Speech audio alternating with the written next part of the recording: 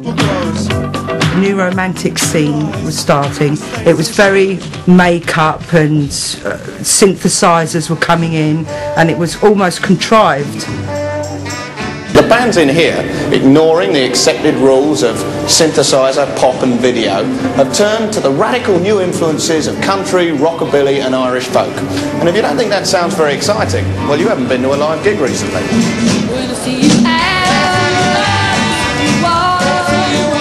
We went back to very basic roots music, a double bass. Remember, I started off with a tea chest. You did indeed. With a broom handle and a piece of string.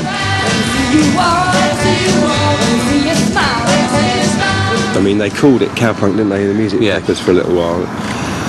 But I guess it was skiffle, really, because there were a lot of country influences in there as well. You know, so it was a kind of folk country blend. The old folk song "Whiskey in the Jar," you know. I mean, our other lead singer Kush had this pretty genius idea of changing its title to "Whiskey with My Gyro," you know. So immediately, from being an old folk song, it was bang where we were. Went for my daddy, oh, went for my daddy, get some whiskey with me gyro. I counted out his money and made a pretty penny. There's a great old venue in North London called the Hope and Anchor, and that was the place initially all our bands congregated. We all played. You'd have, you know, skiffle one night with the Skiff Cats, and then you'd have folk and country and a bit of Irish. And at that time, it was like one massive happy family.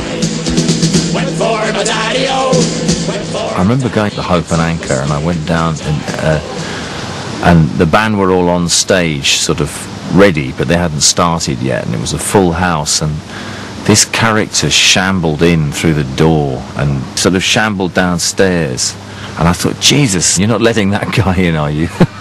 And he just walked on stage. That was Shane MacGowan. I know it's raining worse than anything that I have ever seen. Stay on the other side of the road. He was the king of the scene. Yeah. Shane MacGowan's appearance may have been shambolic, but like every band in the fashion-conscious 80s, the Pogues had a look.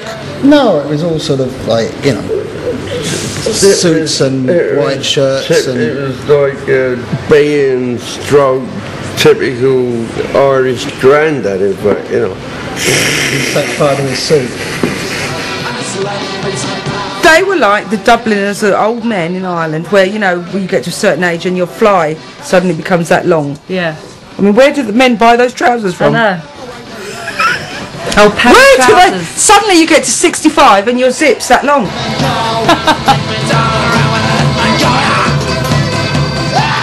In a matter of months, the Pogues were attracting an army of refuseniks, fleeing the Club Tropicana world of 80s synthesized pop.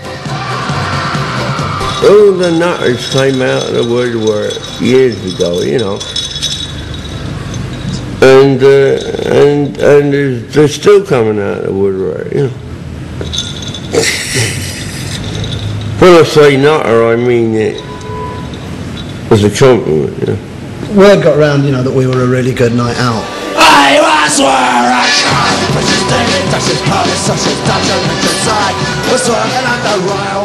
I don't think anybody has ever been able to recast a tradition as well and as strongly as Shane MacGowan did with the Pogues. To take that great Irish tradition and just, you know, remake it without breaking it.